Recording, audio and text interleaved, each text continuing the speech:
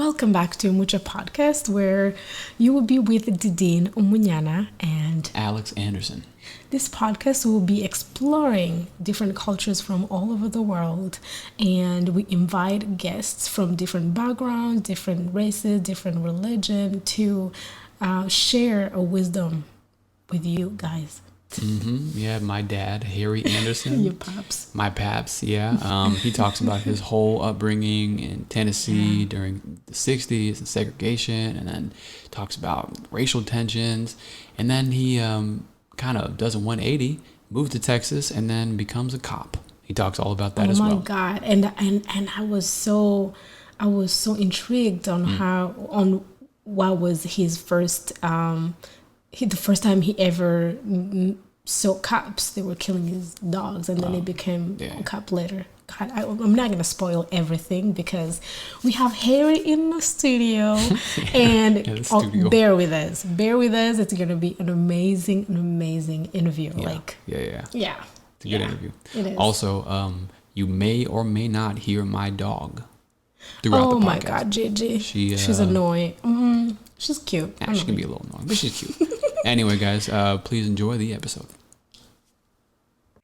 All right. Well, in this discussion, this episode of Amucho, we have Harry Anderson, my father, a man who grew up through the 50s and 60s in Jim Crow South in America. And today we're going to discuss that experience. And explore more. Yeah. Yes. I've explored it for 63 years. So. Thank you so much for joining us. Absolutely. Thank you for the invitation. So what do you want to know? What can let's learn a little bit about where you come from, early life, childhood. Yeah. Okay. Well, I was born in Tennessee, northwest part of Tennessee, a little town called McKenzie, which is about equidistance between Memphis and Nashville. And, I spent all of my life there up until 17. Lived in Milwaukee for a short time, but most of my time was spent in Tennessee. Wow. Small college town, maybe 5,000 people. We basically were segregated community until I was in the 5th grade. So that would have probably somewhere around. So you lived through that, 67 or so. You lived through that era. For us, 90s kids, we hear it as a history. Yeah. Oh, yeah. Textbook stuff. Yeah, so when you look life now and the life back then, like what do you see? Your life you experienced then in the segregation, we hear it. We never experienced it. Well, first of all, being born in 1956, we were very poor. I shouldn't say poor. We didn't have a lot of money. Yeah. We were never really poor. In fact, when I say not a lot of money, I remember. Broke, we'll say broke. Not even broke, because broke to me implies you can't survive, right? You have no means to survive. We had community, right? And so we had plenty of food.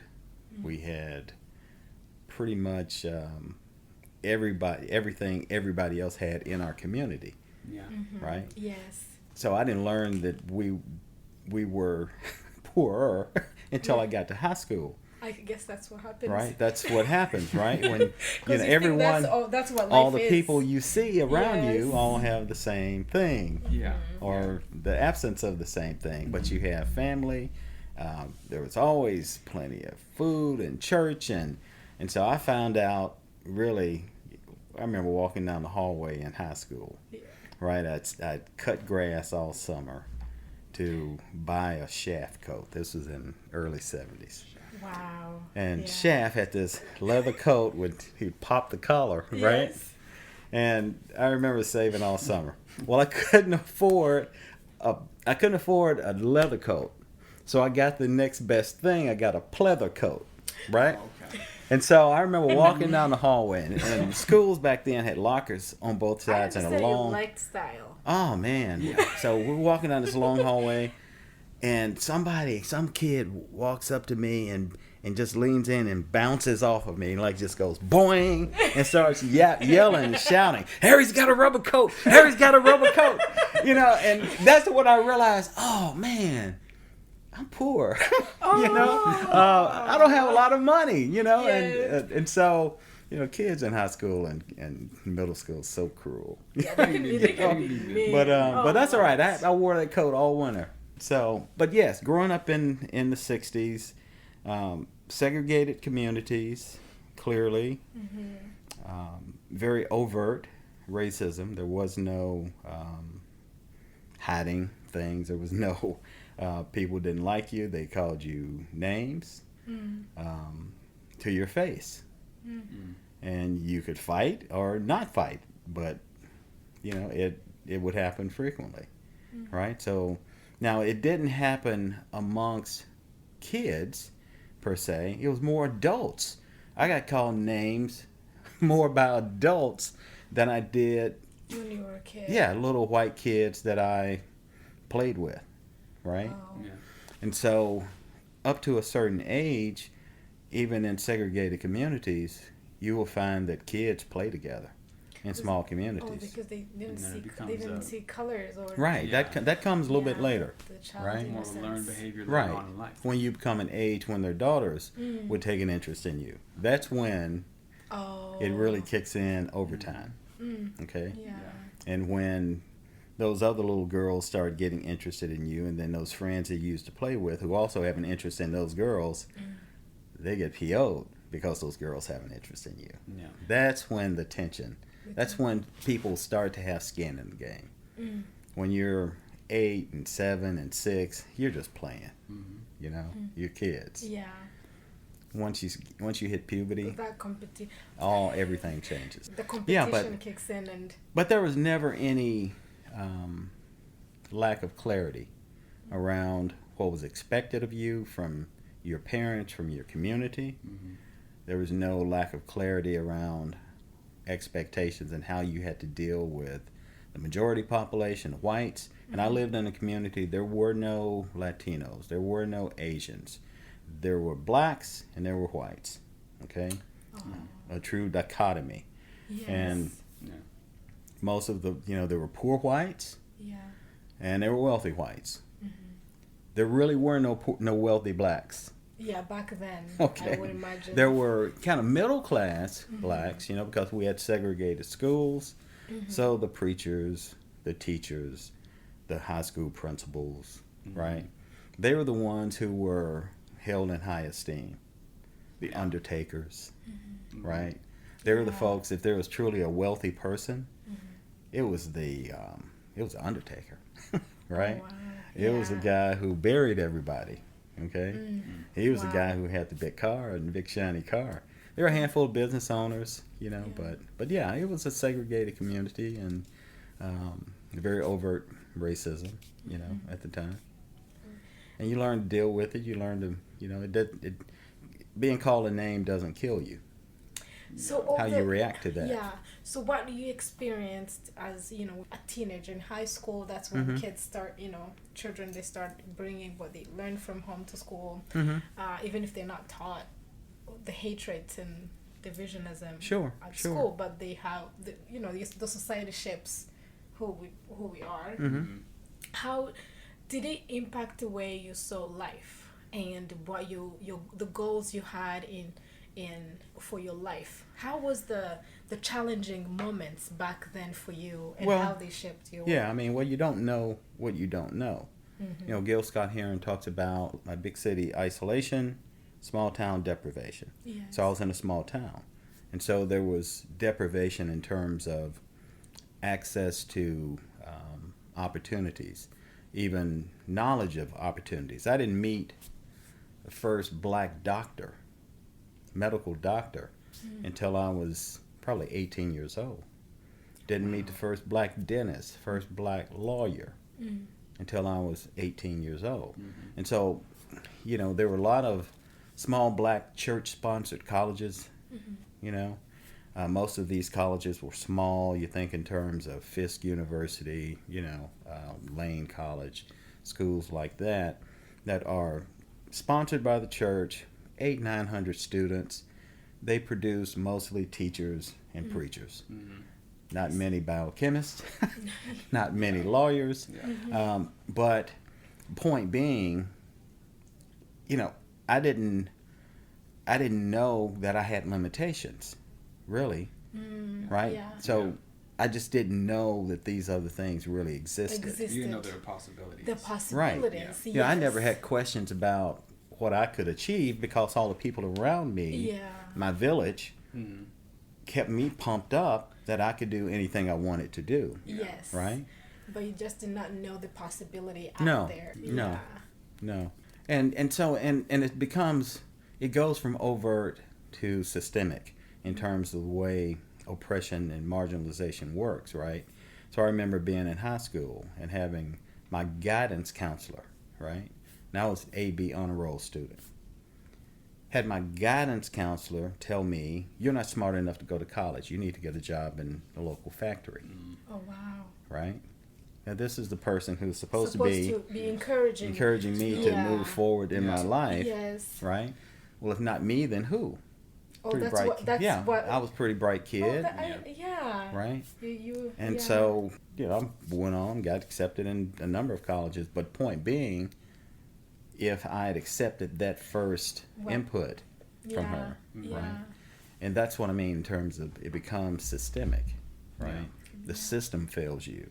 Yeah, because there's a kid somewhere that were told the same thing and they believed it and their lives were, you know, you know. So imagine a person that didn't have high self-esteem, which is just no more than your ability, your confidence in your ability to deal with things that happen around you. That drives your self-esteem, right? Well, I had success in academics. I had success in athletics. I was pretty outspoken. My father was a preacher. It made me talk in the church. I wasn't afraid of people. Well, there were many, many kids that weren't forced to stand up in church and talk, right? And so they weren't comfortable speaking publicly. They weren't comfortable. Maybe they had fears of people, and there were certainly reasons to be afraid of people, because you would be accosted by people driving up alongside of you, calling you names.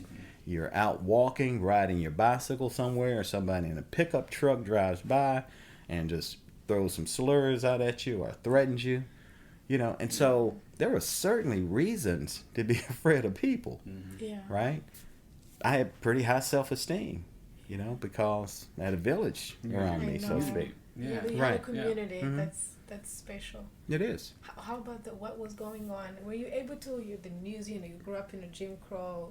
How did you say? Yeah, Jim Crow South. South. Yeah. How was the you familiar with what we call it Jim Crow? No, you know, I'm a girl from Rwanda just trying to learn as much as she can. Well, you know, following the 13th Amendment, what was implemented was a systemic system of oppression, generally referred to as Jim Crow, but a series of state, federal, not federal, but state laws, municipal codes, black codes,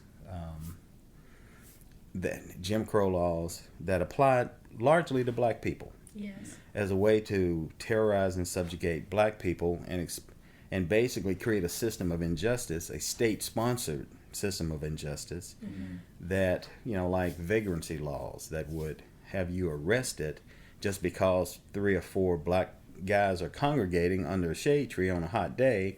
You're arrested for vagrancy. And because of loopholes in the 13th Amendment that basically says, you know, if you are lawfully convicted of a crime, you can be enslaved, right? That all instances of slavery are abolished except if you are lawfully convicted of a crime. Well, Jim Crow laws and basically ensured a freedom to pipeline, a prison pipeline with bogus city codes and state codes, right? Those were the Jim Crow laws. Yeah. Right. And that period lasted from 1865 until the Civil Rights Act in 64, essentially. Yeah. In some places, some of those things are still on the books, right? Oh, wow. Yeah. So those are Jim Crow laws. And so when I say Jim Crow South, those were laws that were prevalent in the South, the southern states, Mississippi, Alabama, Tennessee, Arkansas, Texas, right? Louisiana, Florida, Georgia. Those states, South Carolina, North Carolina, let me not leave them out. Yeah. Virginia to a large degree. And so you had all of these states that had these laws on the books that basically put you right back into some type of, indenture, right? Yeah. Now we had moved from chattel slavery, and of course, chattel slavery, if you ask 10 people what the difference is between chattel slavery and indentured servitude, maybe one could tell you, right? But indentured servitude essentially means you have an indenture, you have a debt. Once that debt is paid for, you are released from that indenture. Chattel means that you are like a dog that has puppies. The dog is enslaved as well as the puppies. And so that means that all of these enslaved ancestors of ours were chattel. They were property. And their offspring was automatically included in that as chattel. Right? So mama's enslaved, daughter and son's enslaved. That's the fundamental difference between indentured servitude and chattel slavery. And so we were enslaved as chattel, right? And so coming out of that after 200 years, and you move into Jim Crow laws for another 100 years, kind of sets you back a little bit. So, but living through the 60s was a period of change. There was a lot of civil rights activity, human rights activities. Whether you agreed with it or not, whether you were a follower of Malcolm philosophically or a follower of Martin philosophically, it kind of goes back to the same difference between being kind of an advocate for Booker T. Washington and an advocate for W.B. Du Bois. Right. They had different philosophies about how to solve the problem, right? Yeah. And so what was the problem? Well, the problem, if you ask black people what the problem was, well, black people would say, these people have their foot on my neck. And if you just take your foot off my neck, I'll be just fine. I can move around just fine, right? But I need you to get your foot off my neck. And then I need to embark upon the process of healing myself, healing my community, right? And moving forward in pursuit of a successful life. Yeah. That's what black people want. We want the same thing that everybody else wants. It's no different. No. Right? Yeah, we're all human. Yes, so we're just starting from a position of marginalization in many instances and having to work further and go farther to try to get to the same level. Yeah. Gets harder with somebody's foot on your neck though. Oh, right. Are you kidding? Right, yeah. So during the 60s just felt like a hopeful era, right? And so just imagine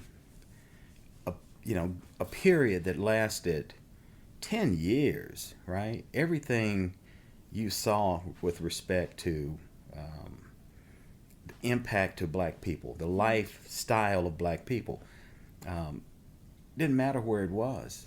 They found a way to enjoy each day.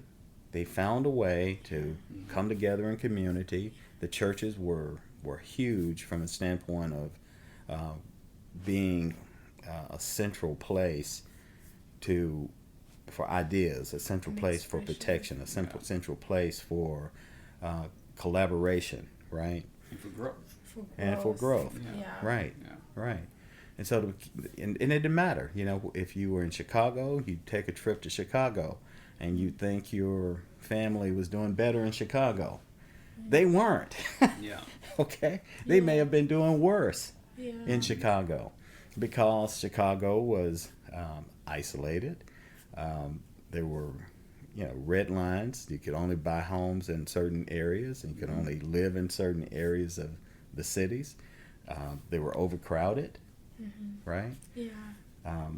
And so they weren't necessarily living a better life. Yeah. And so even though you were in the South, you go north to visit relatives, and you're like, well, you're glad to see them, Yeah. but their lives weren't that much better, if at all. Grass wasn't terribly greener. No. If at all. Mm-mm. But it was hopeful because it was a period of change, right? There was change in terms of legislation, and there's change in terms of Vietnam, and people, fighting back, pushing back against a war they saw as unjust. There were assassinations of a president, Martin Luther King. At that age, were you aware socially of what was happening? Did you understand like the gravity of it? Everybody did. Even as at your age, a young 12-year-old, oh, absolutely, 10-year-old. What was like going on? Like if you remember like a moment maybe of when those assassinations were happening in the country. I'm sure it affected everyone in the whole country. I remember being in the front yard playing when I heard a scream in my house when John F. Kennedy was assassinated. I remember where I was when Martin Luther King was assassinated, when Bobby Kennedy was assassinated, when Malcolm X was assassinated. Yeah, I mean, young people weren't running around fat, dumb, and happy. You had a level of awareness because you had a level of threat. There was a clear and present threat. And fear, right? Yeah. And so you were aware of that fear, and you were confident in your ability to deal with it. Yeah. Right? Yeah. There was a way to talk to people where you didn't get yourself backed in a corner. Yeah. There was a time when things happened to people, and you knew it was because that brother, that sister said certain things. Yeah. Right? For whatever reason, they chose to say certain things. And the net effect of that was some fairly bad things that happened. Now, you could certainly get away with some things, right, in retaliation.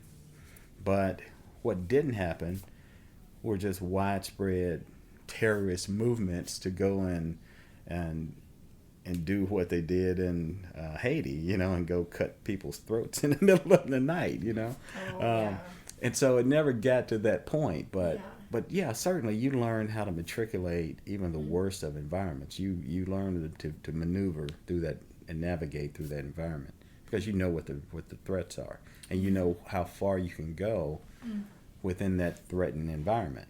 So I was very aware. And so, we were very responsible. We knew what we had to do. We were, pretty much raised in the church. Yeah. And he had a village looking out for you. So if you did something, if you were running with the wrong crowd, somebody found out about it, right? Yeah. But there were just certain rules of the road, so to speak, right? I remember getting in a fight in my front yard and being on the losing end of that fight. And I remember trying to go in the house. My father stopped me at the door and said, "You will go back out there and you will beat that little boy's ass, or you will not come in this house." And I walked back out there, restarted the fight so I could win the fight and win the right to come in the house. Yeah. Oh, wow. Well, you're a history buff. Know a lot about history, know a lot about a lot of things. Was that later in life? Did you start developing that kind of affinity for history? Yeah, to just learn, consume. That came out. That came out of college. Really came out of somewhere around my sophomore, junior year of college.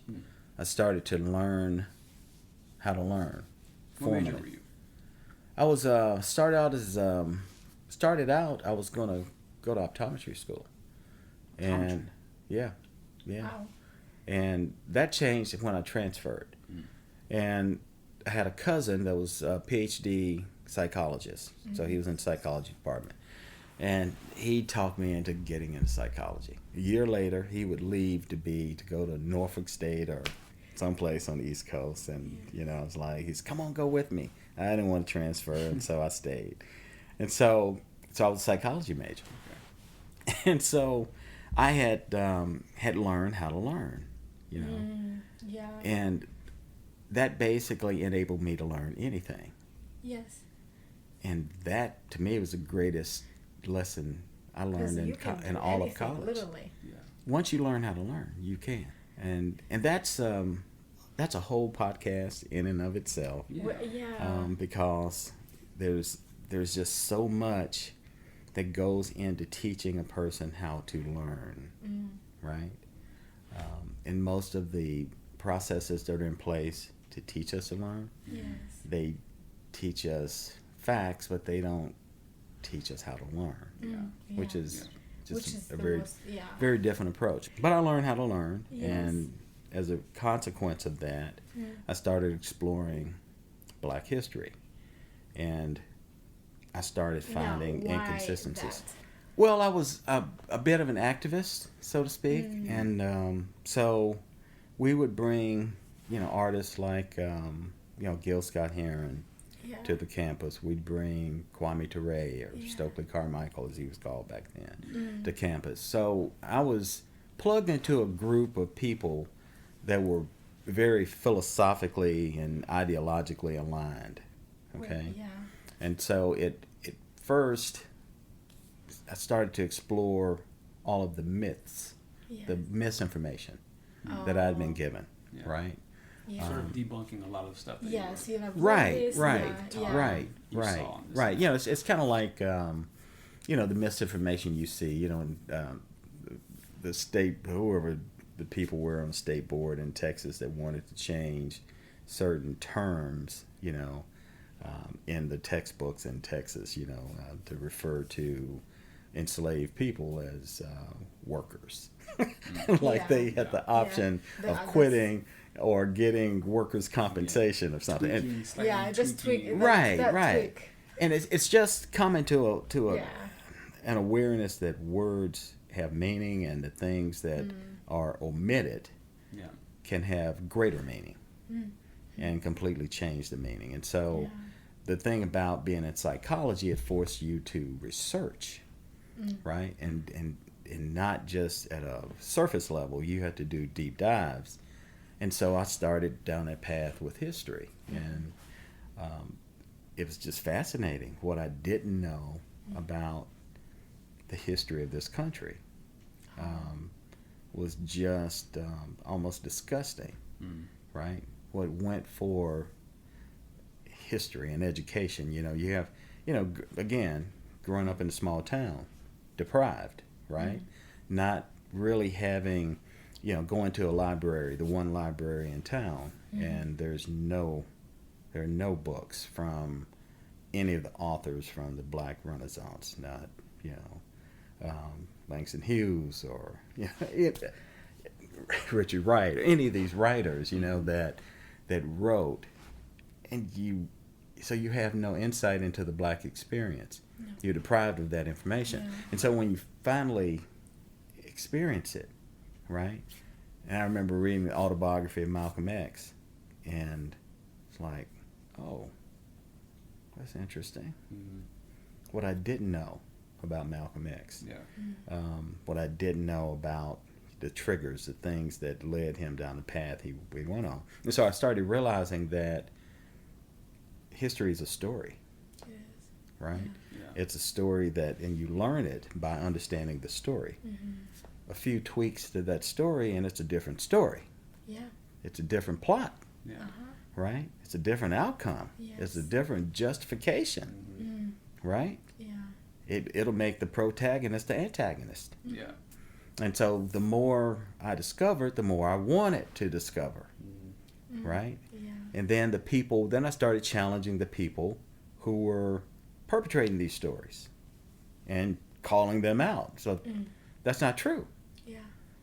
Well, you started getting the stuttering back, from some of your professors.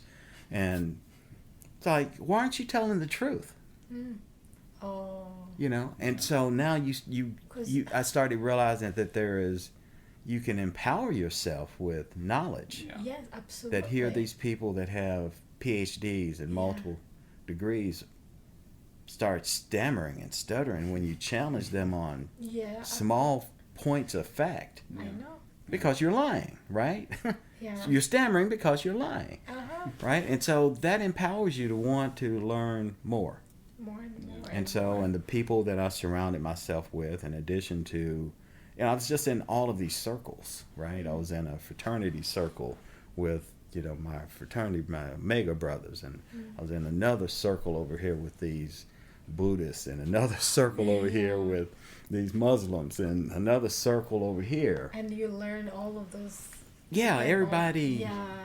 Yeah. But they were all searching for solutions. How do we move forward? How do we matriculate through this society, through this environment, to achieve what we want? How do we bring all these people along who don't have the same interest? Right. How do you wake people up and make them aware of what the facts are so that they can take different steps? Yeah. And so once informed, perhaps they'll do things differently, right? And so all of those angels, all of those people nudge me along a path, and little course corrections here and there, but it pushed me down a certain direction. A great direction. Yeah. Well, dark places sometimes. But Dark places because you walk through those dark places and you're here today. Yeah, it wasn't like it was just that easy though. I went through a very dark period where I just had a lot of anger and a lot of hatred. Once a light bulb comes on, right, and you really see. You take that veil off and you can. You see these people who have been perpetrating fraud, and maybe inadvertently, maybe on purpose, maybe not, right? But it's a fraud nonetheless, and they continue to perpetrate that fraud, right? And you get angry, right? Now the natural tendency, I think, if you're 17, 18, 19 years old, is you paint with a very broad brush, right? Absolutely. And you assume that all people that look like that, right, they're enemy. Are the enemy. That they are the people that are holding all the people that look like me down, right? And so it was hard to get to a point where, I literally just didn't like the majority of whites that I met, right? I didn't trust them, right? Yeah. And then, even, it was different being in high school. You've got friends that you play on sports teams with. But then college is very different because college is probably one of the greatest and most segregated places in the world. To me, second only to churches on Sunday. Okay? Because people in high school, you don't have a choice. No. You have to be with these people. Yeah. College, you choose who you want to be with. Oh, yeah. You can isolate yourself. And I would see guys I went to high school with that would avoid me because they didn't, they were with their little boys over there and they would pretend like they didn't know me, And these guys I played on high school football teams with, It's like, really? Yeah. You know what I mean? Yeah.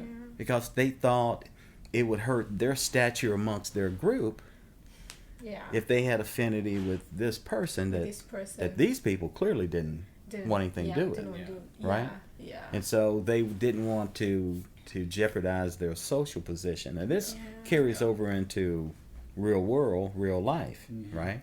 And that same mentality you see on a larger scale with regentrification, with white flight. People seek to be around people most like themselves. Yeah. Now, experiencing all of that, how did you get out of that understanding that, wait a minute, it's not about me, it's them? How did you get that sense of understanding that this is, if I take it personal, it's gonna hurt me. Probably there was somewhere a realization that it's when you wake up and you realize you're the only one mad, right? And even though you're telling the truth, you're providing facts. Those facts weigh so heavy on so many people.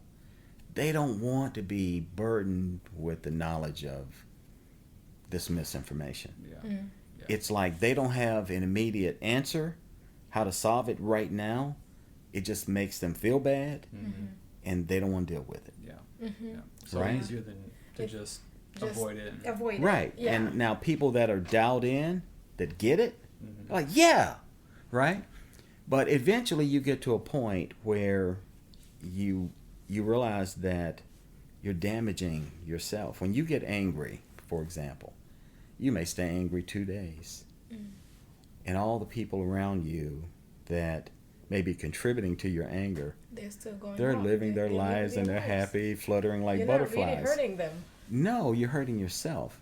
And so I had to get to a point where I realized that this thing that I was angry about had moved. It wasn't the 1961 overt racism that I experienced in McKenzie, Tennessee. Right? It had morphed into a systemic form of racism that transcended the individual. Right? Now these were systems that were in place that marginalized and oppressed, irrespective of the people working within the machinery itself. Right? And so I started to realize at that point, and I was probably in my 20s, and you start to realize that people are people. That some are aware, some are woke, some are not. Most are not. Most are still operating on that programming from Big Unc and, Big Mom and them, and all of these relatives that program them with this nonsense that basically mask their own and mask their own sense of privilege and provided a denial uniform for them, right? Well, it's protection. It is protection, right? It threatens their mindset and their way of life. Sure. And then, I think we may have talked about this some before, but it's the whole premise of a confirmation bias, right? That we take this programming, and so we believe we understand the world, and we only allow information in that confirms our belief. And we're now in an era where you can finely tune your stream of confirmation bias. You can create a world where that worldview is reinforced by continual stream of just that information that confirms what you believe, and never be exposed to anything else that you can't rationalize or can't dismiss, right, for some nefarious reason, right? So for me, the personal experiences that I encountered with people of all types, especially whites, I just realized that the person I'm dealing with, they really don't get their bias. They really don't know. They really don't know. Wasn't they it don't a know beautiful me. thing to realize that? That person is not. I don't know. I kind of wanted somebody to kick and punish, but I couldn't. It's relief. It is knowing that you don't really know. Like I'm not gonna give you too much of myself, but because at the same time, it doesn't really help the whole problem. Like if you know that they don't know. That doesn't really. That helps you. But it helps you. It helps you with your way of dealing with them, and figuring out how you can make them aware. So but when you take it personal, then it becomes a conflict. So you're really not gonna help each other because you both are on, Yeah, I mean, I went through a period of probably 20 years, from probably my 20s, late 20s, early 30s to my 50s, where I really did go out of my way to educate. And I had, gone through this really intensive period of, when somewhere around when Chris and Alex were born, between 89 and 93, where I started developing Black History software. And I had just taken all of this information and partnered with two Black History professors, right? Dr. Marvin Delaney and, brain lock. Harry Robinson was the other professor. Oh, he has your name. Who, Harry? You need to think, how could I forget Harry Robinson? Yeah. But Marvin and Harry can really helped me a lot in turn, and Marvin really helped me with his college curriculum to serve as the content for the Black History software. So I felt, after going through kind of a little whirlwind tour, doing little TV segments and to talk about Black history and Black history software in particular, and doing TV interviews and newspaper interviews, I felt almost compelled to help people who didn't get it, who didn't understand it, who had never been exposed to it, who were operating with a lot of misinformation. I've kind of moved on from that position, but during that period, that was almost cathartic for me. And it really enabled me to kind of accept deficiencies in other people, in other Black people, because that was for a period there, I didn't get why Black people didn't know our own history. I just, I didn't get to, like, can you just read a book, You know what I mean? Yeah. And so I just felt that we weren't doing enough on our own to educate ourselves. Now, you can't always do anything about your personal economics. You can't do anything about the town, the neighborhood you were born in. But it's important to know where you come from, who you are, so you can know where you're going. Right. Yeah. And I would encounter, whites that just simply, didn't know. And as they started to listen and learn, the reactions were interesting, You'd have people that were apologetic, that were very proactive, and they would take the direction you're going and they would run with it. Yeah. And and so I could see it like the sales of my Black History software. Most of the early sales of that product were to small private colleges and universities, that were all of these little, enclaves in Florida and other places, right, that I'd never heard of. We're buying our software, right? And it was because of all these relationships that I had cultivated through this process of healing and teaching. I think when you're doing sharing something with a good heart and trying to help people, they do listen. It may take too much work and whatever, but people do really listen. They do. Especially when they don't feel like they're you have to to be in a defense. Yeah, when they're not feeling attacked. When they're not feeling attacked, they Yeah. listen, and then you get to your point. Sure. Yeah, so that was a beautiful way, to be able to communicate. Yeah.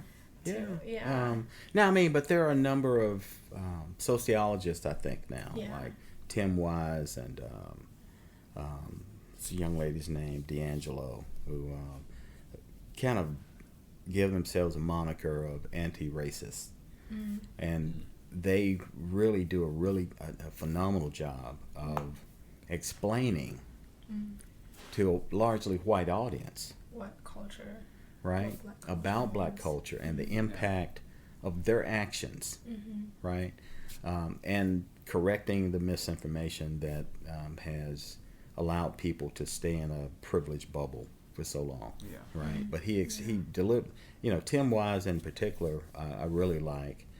Beverly, I think it's Beverly D'Angelo, but she wrote a book called White fragility that I think is phenomenal. And Tim Wise, the first book I read by him was, I think, White Like Me. But those books speak largely to a white audience and deliver a message that largely addresses a white problem, right? Yeah. Racism is a white problem. The victims of that are black, Blacks and, but racism is a white problem. The way the majority of whites in America think in terms of their privilege is a problem they have to resolve. And there's very little that most black people can say that will change their mindset, right? Because that means a white can be able to change, can say more, they can be the voice. Yeah, most of those conversations happen when you and I aren't around. Most of the relevant conversations about race, right, happen when you have no advocate present. Okay? Not when you're present. People are politically correct enough today that they're well aware of the things that they say that are harmful or insulting. It's the conversations when they're at home, when they're amongst their friends. The Thanksgiving dinner, the nightly dinner. There's no right? eggshells to Right. That's where you need a voice. That's where that bubble can be penetrated. Now, you and I can't change anyone. No. We can provide people information that they use to change themselves. Right? Yeah. But it's only when it gets to a point when the motivator kicks in. And the greatest motivator is avoidance of pain, not pursuit of pleasure. And so if you get that a person has to, in order for a person to be willing to change, a condition has to get to a point where it becomes painful for them. And they will go out of their way to avoid the pain. Right? So right now, where is the pain centered? The pain is centered in learning that it's getting the correct information where they've been given disinformation. That creates a lot of pain. Well, do you feel that the voices are getting louder? Do you feel like it's getting harder for people? Louder than the marches in the 60s? Well, I mean, just comparing it from the 60s to difference. now, do you see a trend? The difference today, I mean, Thurgood Marshall told Martin Luther King, Martin, you can march until the cows come home. This stuff will not change until it changes legislatively. Okay? Hence, Lyndon Baines Johnson and the 1964 Civil Rights Act. Wasn't the first Civil Rights Act. There was a Civil Rights Act in 1875. So 1964 wasn't the first. It wasn't the first Voting Rights Act. Black men had the right to vote in the 1870s. Didn't last. You see my point? But I feel like the March of Martin Luther King may not have had an impact right away, but generations after that, they're the ones who can experience the impact. So whatever the voice we're using right now, it may not make physical change like we can experience it, but generations from now would, like, the little steps we make right now will impact the generations from now. I agree with that. Everything matters. Yeah, we may not. They may those. It happened, but we have to keep going. The pain you live through, Alex is not gonna live it through.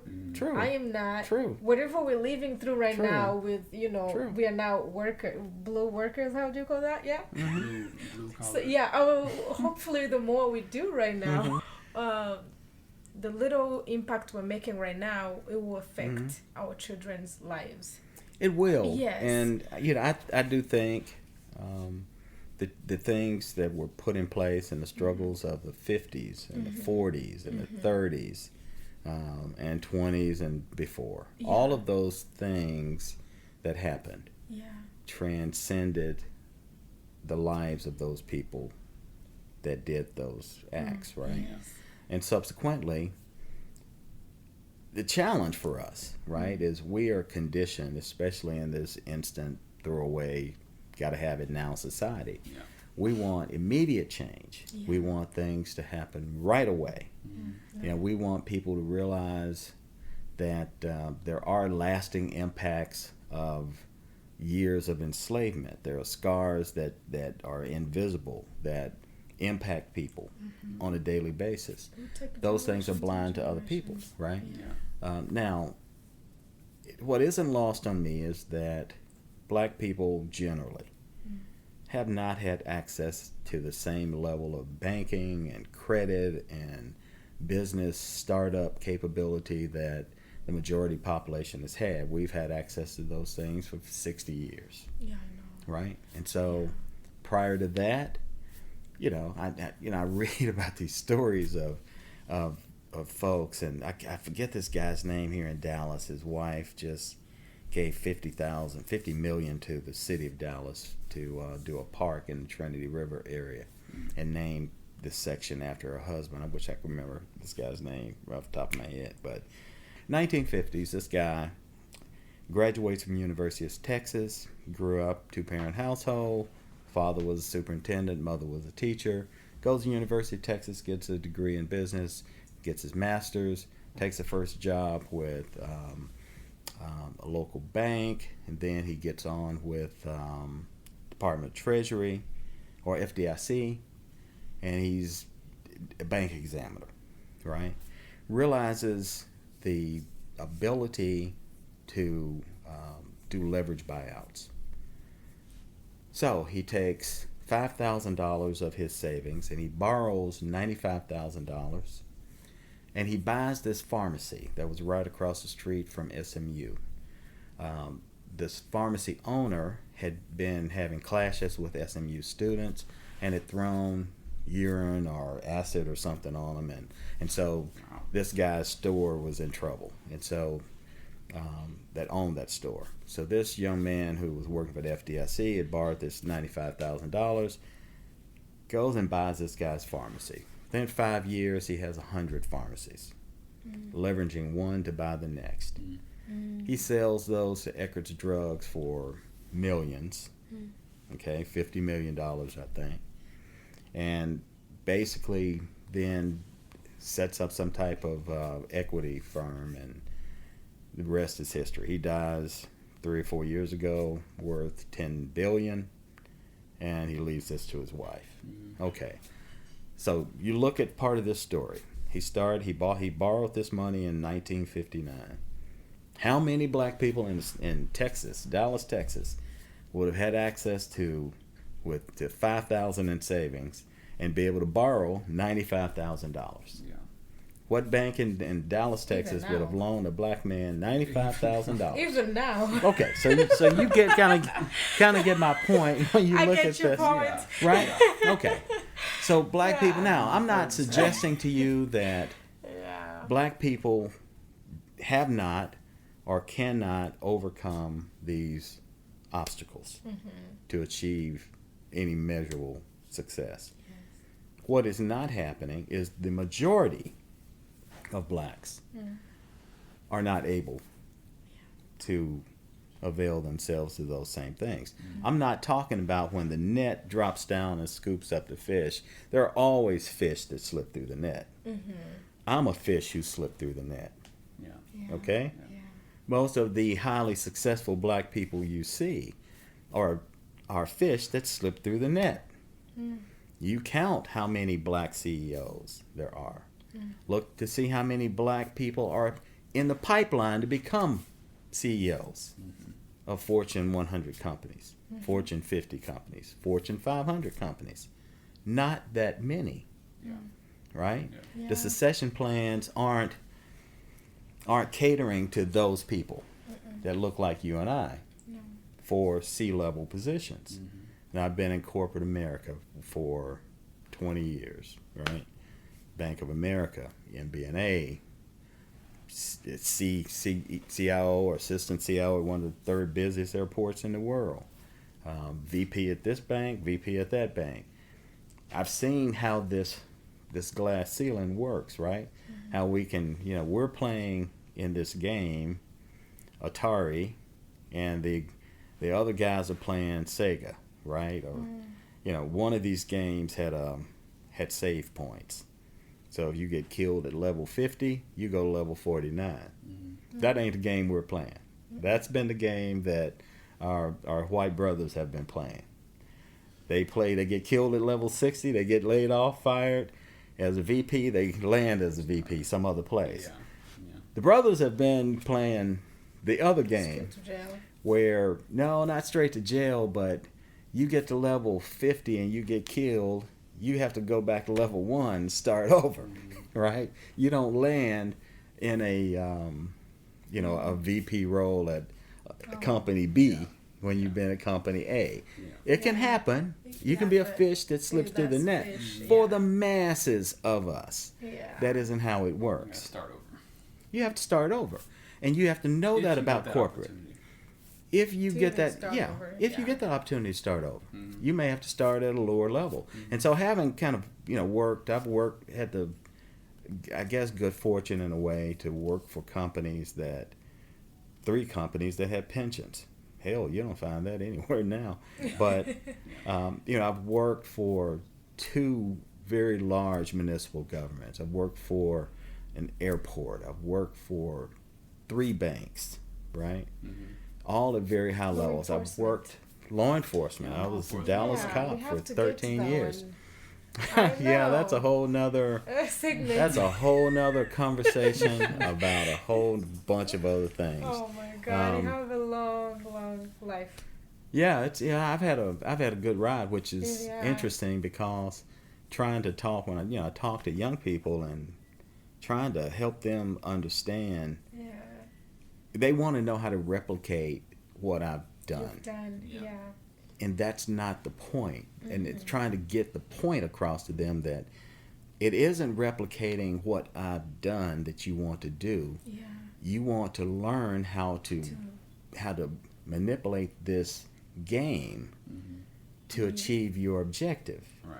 Mm-hmm. Right. Not replicate what I've done. No. If you're going to replicate anything, then understand how to learn. You cannot walk person's, because that's going back to where we started. Right? The one thing that I can say I learned in college was I learned how to learn. Mm-hmm. And you can learn how to dovetail directly into the next thing you want to do. Mm-hmm. Right? Yeah. If you understand what is necessary to be successful in that next thing. Right? And so cultivating those analytical skills to dissect a job. What does that entail? What are the objectives? What are their fears? What do they want to achieve? Right? How can you help them be successful? What are you willing to do to help them be successful? What are their expectations? How do you meet those expectations? How do you exceed those expectations and still exceed your own, right? If you want to be entrepreneurial, I've done that as well. I've implemented HR systems, PeopleSoft, SAP, and I did that as a consultant for years. Again, what is the customer's expectation? You just think like you're 200 years old. I feel like I'm 200 years. I feel it somehow, right? And so there are different things you have to master at different points in your life. Yeah. The hardest thing will always be yourself. Yeah. And so yes, you can achieve whatever you want, and yes, we are all part of the human race, and you can't go through life being angry at people who have historically oppressed you. You have to find ways to achieve your objectives irrespective of what those other people do. And at the end of the day, learning how to do that is really what this is about. And so if you don't know ask somebody, I and that's know. what, when you ask Doesn't me hurt. what the current generation fails to do, Yeah. Yeah. What is it? it is they do not embrace the people who have already done it because they think they are different. Yeah. If people would just come talk, I've made more mistakes than the law allows. I've made certainly more mistakes than most of the people I see.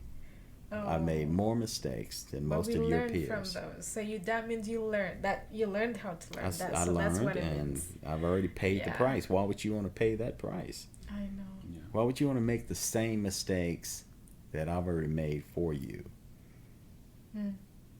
And so, if I would give advice to anyone, it is first learn how to learn.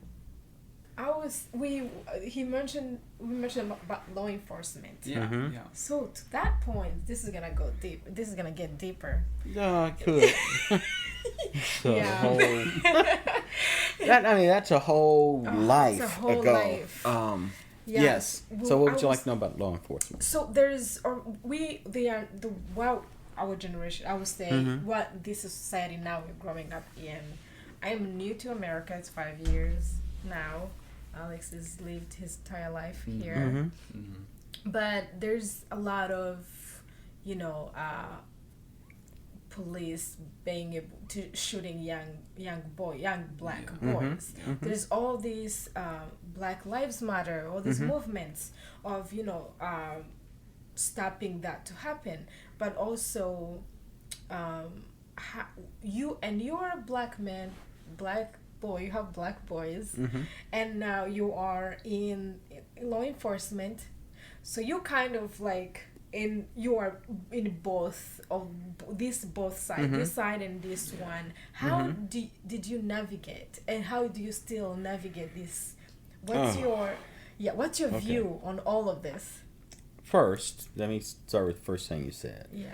I never saw myself in law enforcement. I saw myself in public service, okay, and public safety. So law enforcement has a different connotation, It's a little more right?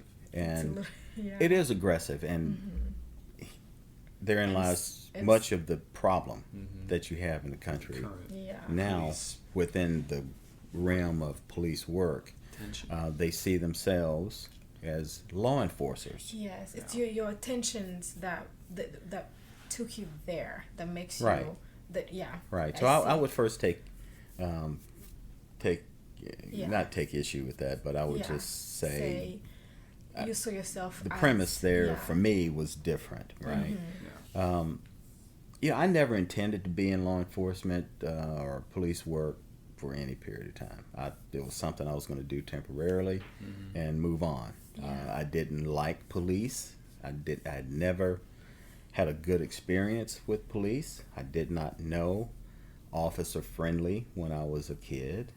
My first experience with police, this cop walked in my front yard. He was apparently stopped somebody, and my dogs were barking at him. He shot them both in the yard.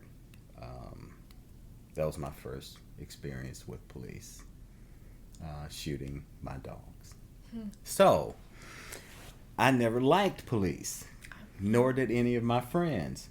So imagine the surprise You are. when my friends learned that I was joining the Dallas Police Department. All right, so That's shocking. okay, all right, so that's there. There's a whole story there, and Yeah. I'll not get into all of that. I'll Yeah, spare it's your okay. listeners that. But to answer your question, I think my approach was one. I approached it as a job, and I approached it professionally. I thought I treated people fairly. I thought I always felt that I had pretty good instincts about people. Coming out of the police academy, it was always amazing to me that the kids, these young white kids from Iowa, wanted to go to South Dallas, which was where all the black people were, and where they, all the index crimes were, rape, robbery, murder, et cetera, et cetera. And they had no understanding of those communities. They had no real social skills that enabled them to even talk to people. Certainly didn't understand them, right? And I can remember so many calls where, in Dallas, if you were a one element call, if you get a one element call, like a burglary, right? Go take the burglary report. That's a one person call. But oftentimes, if you were in a beat or a patrol area that had high crime, you were paired up with somebody else. You were a two-person element. Well, if the two-person elements were tied up or in jail on an arrest and their beat was open and a call came out on their beat, the dispatcher would send one element. And so I would get there, and another person's coming from another place to cover me on that call, and I might get there first, and I get there and it's some domestic thing, and I handle it, get on the radio and dispatch, tell dispatch to disregard my cover, and they would show up anyway. And here a situation that had been resolved, I'm walking away from it, they come and they say some crazy thing. You people are always ... And now the whole thing erupts again. Yeah. Because these people, that this officer that came, had no sensitivity to the people that he was trying to serve, right? And so that was always amazing to me, right? And so for me, I took the discretion that I had and applied it, right? If I stopped somebody on traffic that had some warrant and they were a good person, they just had outstanding warrant for not paying a traffic ticket, I would more than likely let them go, right? Now, if they had attitude, I'd take them to jail. But if they were a sensible person, I'd let them go. Take care of your tickets, right? Yeah. And move on and deal with other things. And so I think police work to me was practical and pragmatic, and but the experiences were just unbelievable. I can't even begin to tell you all the experiences that you have as a police officer. It's this kind of thing I think everybody should do for 1 year. And if you just do it, oh my God, if you just do it for 1 year, and you will understand the human condition, and you will leave before you get jaded. Wow. Okay? Yeah, so how did you last for 13 years? I was only on the street for 5, less than 5. You get jaded to me at 2.5 to 3 years. And so I taught in the police academy. I was in helicopters for a little bit. I was, a field training officer for a bit. And then I was off the street. I was into a planning and training, not training, but a planning and IT group. And I never went back to the street. Why off the street? Did you make that decision? Danny Glover, Lethal Weapon? No, I had more of an interest in technology. And I had done everything. I was really getting jaded on the street. I had, you have so many cases where you get ridiculed. You have to fight somebody to arrest them. And then district attorney plea bargains with them. And I remember there was this guy, he was a skinhead type guy. And I had to fight him I had to fight him all the way to jail. Yeah. Had to fight him to arrest him. Had to fight him in the car. Had to fight him all the way to jail. How do you fight a skinhead? You're a black policeman. That fight must be really interesting. With words, with everything. Oh, you get used to that. I got inoculated to that when the Klan got a permit, a parade permit, and I had to protect their parade route. Hell, I'm getting called Uncle Tom by the black people and nigger by the by the Klan, right? Yeah. And so you get inoculated to name. You get to a point as a police officer, you don't react to things. Okay? And that's just part of your training. Now, maybe some of these young officers now, maybe they slept through that training and they overreact to things, but it was always clear to me you couldn't react to everything. Yeah. If you're a professional police officer, you deal with it, and you deal with so many things in a day that it's over, and you move on. And the next day you have an equal number. The day after that you have more, right? And so at a certain point, though, you start to get a little bit jaded with the criminal justice system. And so this skinhead, right? And I'm at jail for his trial, and DA approaches me and says, well, we're going to plead him out. And this guy walks by me while I'm standing there and just harks and spits on the floor right in front of me and just kind of looks me up and down, from my shoes to my head, like I'm in back down again, like I'm, the comedian said, look at me like I'm short. Bernie Mac said that. Look at me like I'm short. But, and it's the arrogance of that. And, I remember standing there just seething, wanting to just pummel this guy, but he had walked out, he had gotten away with it, pled out, right? And so when that happens to you about 50 times, in these cases where you have injuries, right, then you start to get a little bit jaded. Now, some officers, when that happens to them, they stay at the dance too long, and they take it upon themselves to extract their own justice, because the criminal justice system, they feel, is betraying them, and they go through a period of skepticism. Skepticism evolves into cynicism, and cynicism, moves into your action. So it's kind of like, it takes you kind of where Margaret Thatcher said one time, I think, be careful what you think, because they become words. Be careful of your words, because they become actions. Yes. Be careful of your actions, because they become habits. Be careful of your habits, because they define your destiny. And so when you think in terms of all of these thoughts that go unchecked as actions, and for many cops, they are able to get away with those things because there's a code amongst the blue, right? That you don't snitch each other off, right? And so, these things, it gets to a point of corruption of power and, abuse of office and all these things. But so many of these things go unchecked. And you don't get caught. You're riding around as a police officer pretty much all day, every day. You're there unsupervised. You're by yourself or with your partner in a car. You're interacting with hundreds of people.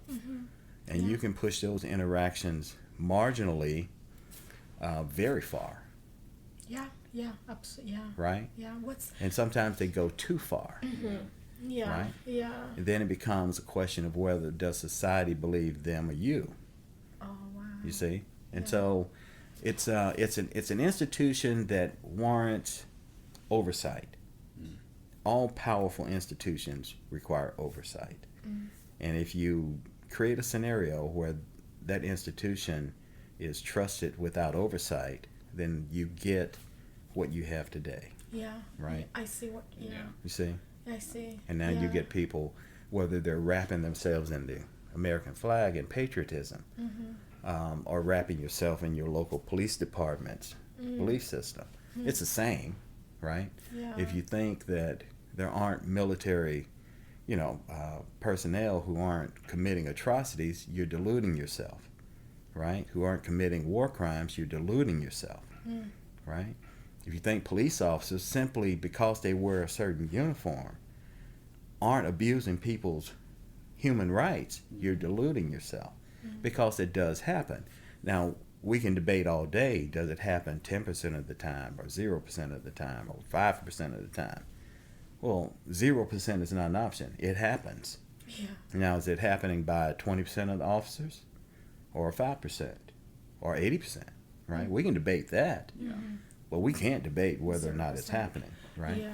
And so that's what I'm saying, a common set of facts, and understanding that some things require oversight, and the more powerful, that's, if you think about it, venue and jurisdiction and power have an inverse relationship. If I work for the FBI, I have national jurisdiction, I have very little local power. Okay? If I work for a police department, I have very narrow jurisdiction, but I have absolute power. Power over the, up to life and death. Mm-hmm. The use of deadly force. Mm-hmm. Right? Yeah. But I'm only able to really do that in the community. city limits of yeah. where my warrant of appointment is, right? If that's the city of Dallas, then I have that authority in the city of Dallas. Yeah. I don't have that authority in Irving, right? Or Fort Worth, or Houston, No. right? Just Dallas. Yeah. And so the more power you have, the more concentrated it is in a small jurisdiction. Now, how old were you when you joined? I was 25. What happened? What's the story when that led to you joining the police?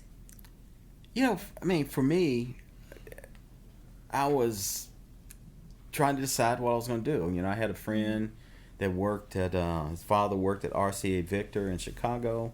It was cold in Chicago. I had a job opportunity there. I had a job opportunity at Wang in Atlanta. And I had this opportunity in Dallas. And I like Dallas better. Yeah. And so, for me, it gave me a 13-year window when I was effectively insulated from police. When I would get stopped and I was coming from a party and, I'd had a couple of drinks and I'd get stopped, I'd flash my badge and I'd move on, right? The average brother would be jacked up on the curb, right? And maybe a DWI behind it. I know. Right? Oh, yeah. And so for 13 years, while I grew and matured and learned to be a better person, right? And a better parent, a better husband, a better everything, I had insulation from things that took a lot of my comrades out, getting stopped by, I remember one trip home, hell, I just bought this little 944 Porsche, right? Copenhagen blue, beautiful little car. And I remember leaving, I was taking a digital electronic servicing course, and I needed these little diodes and resistors, and the only place I could get them was like southeast Dallas, near Balch Springs. And I remember leaving work, I got off at 4:30, and I'm just getting out of a squad car, getting into I didn't even change my street clothes. I still have my uniform pants on and a t-shirt. And I'm going to this little electronics shop. And as soon as I leave, I get on the main road, whatever that street was going out there then. And this officer gets behind me and he trails me for 30 minutes on my bumper for 30 minutes. And eventually, I remember getting down on this one street, and I just pull over into this parking lot. And I was so pissed off because I knew what he was doing. Initially, I'm looking at him in a rearview mirror. I see him punching my license plate into the MDT, little mobile data terminal in the car. He's checking my license plate to see if I have any warrants or outstanding tickets and warrants for my arrest. Checking to see if the car is stolen. That takes a minute, but he's still on me. So, and he doesn't know I'm a cop. He's just on me. I'm just another brother driving a car that's a little bit too nice, and he's waiting for me to make a mistake. Wow. And so I pull over into this apartment complex and I jump out of my car and I'm standing by the doorway, and he jumps out and he's pointing at me. You need to step away from the car. I need to see your ID. I said, you need to see my ID on my effing badge. Well, if you got a badge, you better pull it. Well, what? And I threw my keys at him. I had my keys in my hand. I threw my keys at him, and it hit him in his chest.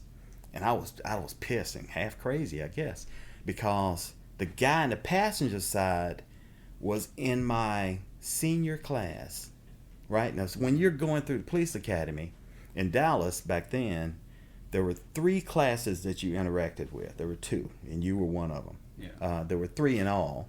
Your class, the class that's getting ready to graduate, and the class that's coming behind you when you're getting close to graduation, right?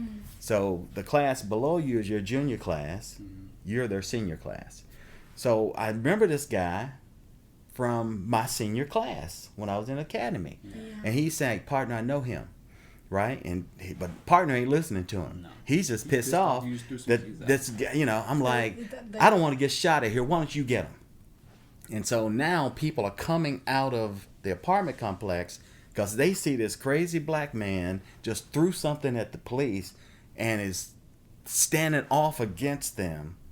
And this is a period of time when there have been so many killings in Dallas and police shootings that people are coming out to see me get killed because they just know what's getting ready to happen. Yeah.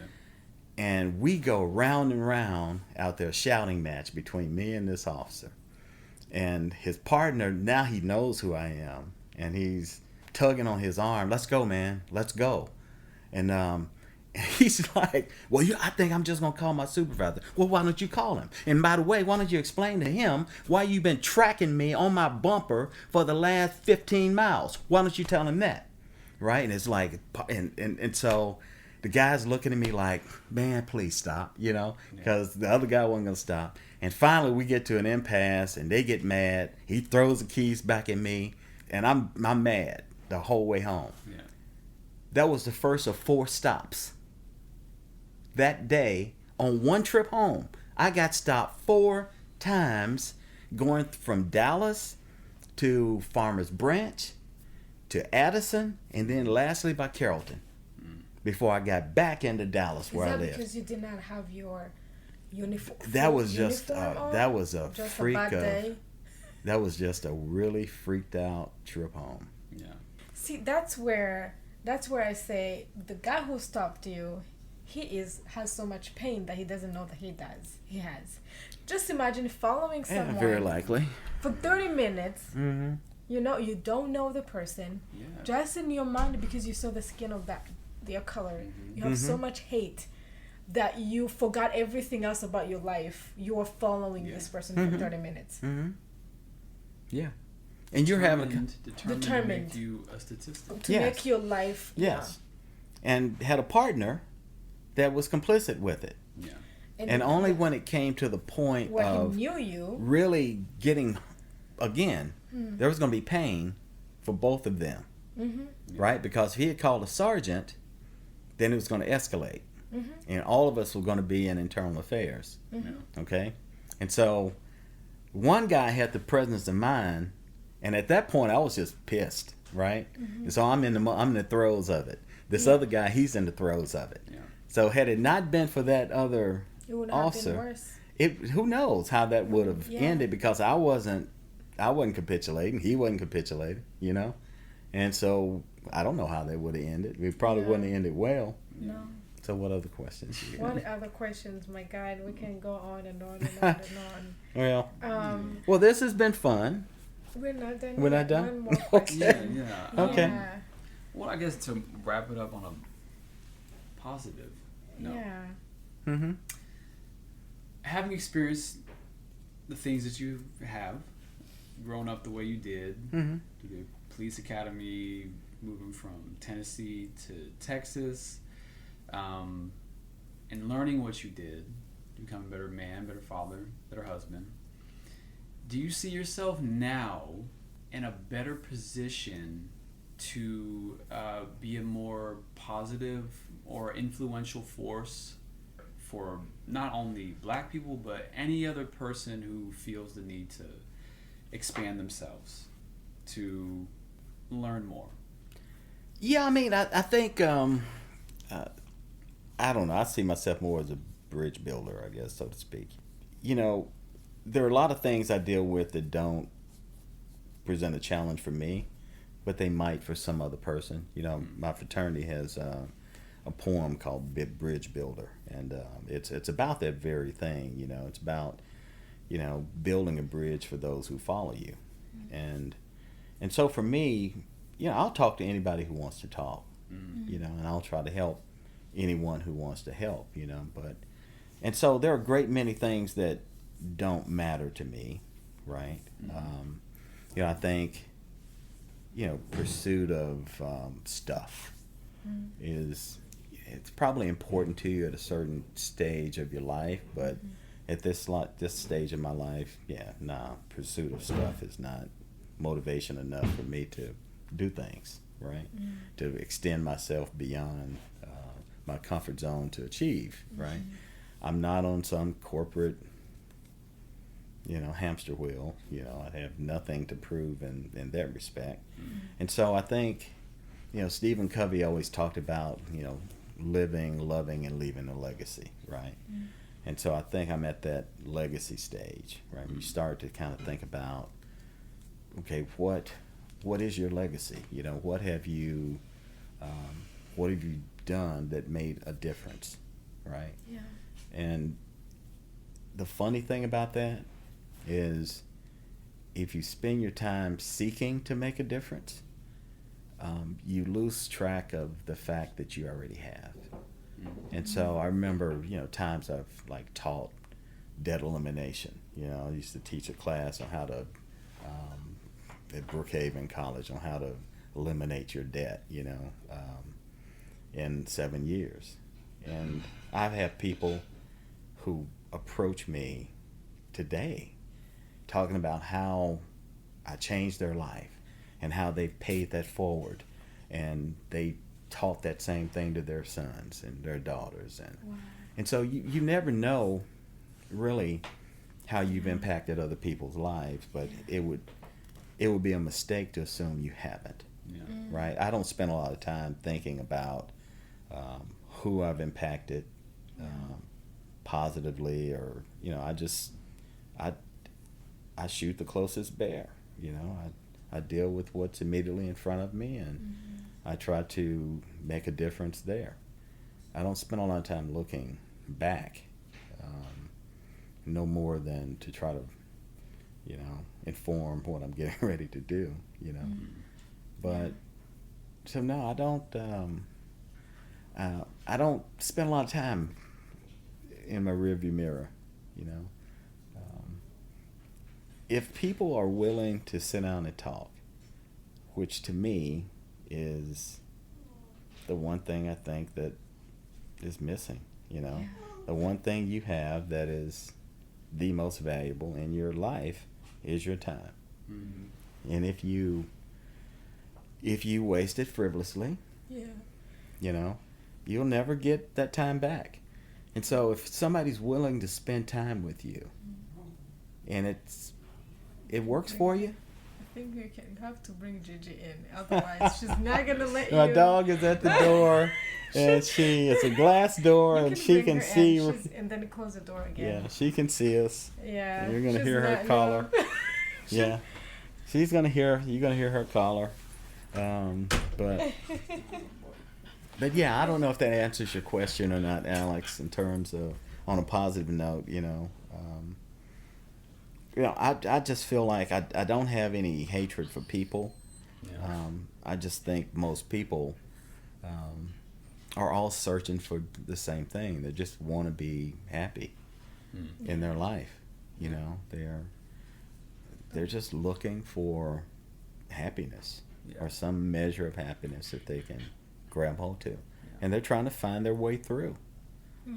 And the path isn't necessarily the same for every person. We're not all on the same journey, and what is clear, you're clearly alone on that journey, but other people join you on that journey, and they provide guidance while you're on that road. Yeah, absolutely. And that's what I would say to most of the young people today, that there really are no self-made people. There are no self-made men, no self-made women. Everyone achieves because of other people. We all stand on the shoulders of someone else. We do. Yeah. Yeah. And so it's a mistake to think you're a self-made person. Right? Yeah, it's a huge mistake. But I think we're all out here just trying to find our way, Doing our best in our own ways. Yeah, and at the end of the day, I know we started out talking about, race and racism and, America being whatever it is. At the end of the day, we're all one group of people, right? And some are misguided. Some think they have privilege. Some do have privilege. Others are angry. They're victims. Others, are some people get it. So, yeah. Right? And others are workers who want to do something about it. Mm-hmm. Right? Mm-hmm. I think the challenge for most people today, there are so many causes. In a span of 30 minutes, I can make a person aware of so many issues in the world that you cannot focus on all of them. No. And at best, I think you should focus on one. Yeah. And try to make it better. That's yourself. Right? Maybe it's yourself. Maybe it's Black Lives Matter. Maybe it's climate change. Yes. Whatever it is that floats your boat. Yeah. What I'm saying is, don't try to do it all. No, you cannot. Men tried to do that. Yes, men tried to do that for 100 years. Yeah. Is to be all things to all people and failed miserably. We have a very short Now life. women are trying to do the same thing. We're trying to fix everything. Women are trying to be all things to all people. They're trying to be 100% at work and 100% at home. And you can't be. No. You can. Something gives way. Right? Mm-hmm. Men, we could never do it. No. So we just said, heck, screw the home life. We're just going to be 100% at work. Mm-hmm. And of course, then our kids started turning out like little crap, little munchkins. Yeah. Okay. So. Okay. Well, thanks for asking me to participate. Thank you for having us here in beautiful home in Dallas, Texas.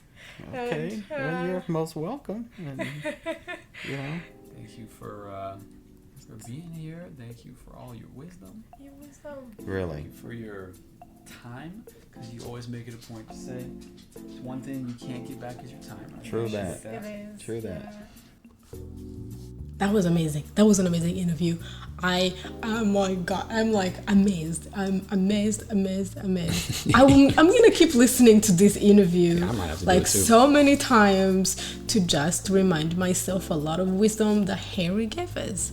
I am so, I don't know. You're lucky that you grew up. Yeah. With Harry's he wisdom. talked to us like that even when we were kids. Like a lot of stuff that I don't know about my brother, but I didn't pick up on probably half of it. But yeah, I mean, he's incredibly knowledgeable about a lot of different things. I'm so happy we're able to do this. Yeah. We're lucky to have him on for sure. Yeah. Yeah. Definitely. Yeah. I hope you guys had the best time listening to this episode. Yeah, and we know a lot of this stuff isn't easy to talk about or easy to hear, but even digest, Yeah, or to digest. But we like to bring it, or we hope that we bring it to you in a, I guess, a more lighthearted way, fun way, easily digestible way. Because we want to learn where we come from so we can know where we're going, So if we have somebody who can inform us and, what happened in the past and about a lot of things about life, it's a treasure, I would say. Yeah. For sure. So join us next week, guys. We have a very exciting interview with a friend of ours, Jonathan Cloberdance. He's a documentarian, a filmmaker, cinematographer. Yeah. He's a really, really nice guy, really smart. And we get into his experience with the Syrian refugee crisis. Stay tuned. Yeah, stay tuned.